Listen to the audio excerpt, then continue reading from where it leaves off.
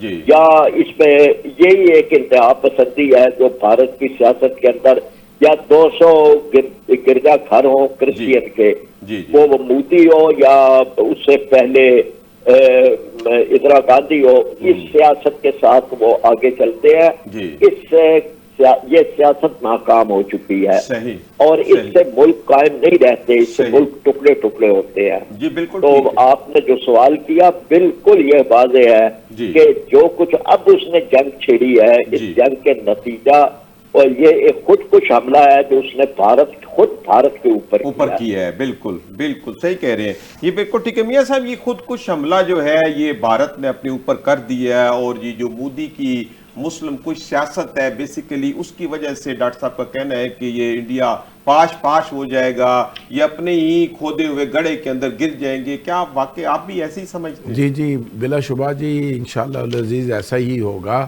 لیکن اس پہ کام کرنے کی بڑی ضرورت ہے ہمیں بھی، اور ہمارے بھی ادارے اس پہ کام بھی کر رہے ہیں. اور جو اس وقت دیکھیں نا، انڈیا کی جو وہ تنہائی کا شکار ہے، اس کا اس وقت دیکھیں بھوٹان میں اس کے خلاف ہے، سری لنکا اس کے خلاف ہے، چائنا اس کے خلاف ہے، مطلب چائنا، اور اسی طرح انہوں نے بنگلہ دیش کو ہم سے تو جدا کیا، لیکن یہ دیکھیں کہ بنگلہ دیش اس وقت وہ اصل آزادی وہ سمجھتے ہیں اب ہمیں ملی ہے اصل آزادی، اور وہ اب پاکستان کے ساتھ ان کی محبتیں کس طرح سے ہے، اور بڑی ہم اس کی قدر کی نگاہ سے دیکھتے ہیں. یہ اسی طرح ہے کہ ہندوستان نے تو ناخن کو ماس سے جدا کرنے کی کوشش کی ہے، لیکن ہوا نہیں کرتے ہیں. لیکن پنجاب کے اندر، میں آخری بات ہے، پنجاب کے انڈیا کے پنجاب کے اندر چونکہ جو تحریک اندر چل رہی ہے خالستان کی، اور وہ بڑی اس وقت وہ اندر بڑی تحریک ہے، اور ان کو بڑا ڈر ہے، اس کو بڑا ڈر ہے. بالکل ٹھیک ہے کہ اس وقت جو انڈیا ہے وہ پاش ہونے والا ہے، اس کے اندر جو ریاستیں ہیں وہ آزادی چاہتی ہیں. بالکل ڈاکٹر صاحب کی آپ کی بات بالکل ٹھیک ہے. ناظرین اسی کے ساتھ ہمارے پروگرام کا وقت اپنے اختتام کو پہنچتا ہے. میں بریگیڈیئر تغرل یامین صاحب، قادر مندوخیل صاحب، میاں عبد الوحید صاحب، ڈاکٹر فیصل جمیل صاحب، ڈاکٹر فرید پراچا صاحب اور بریگیڈیئر لیاقت علی صاحب کا بےحد مشکور ہوں جنہوں نے وقت نکالا اور پروگرام میں شامل ہوئے. ناظرین اسی کے ساتھ اپنے میزبان سعید الوی کو اجازت دیجیے. اللہ حافظ.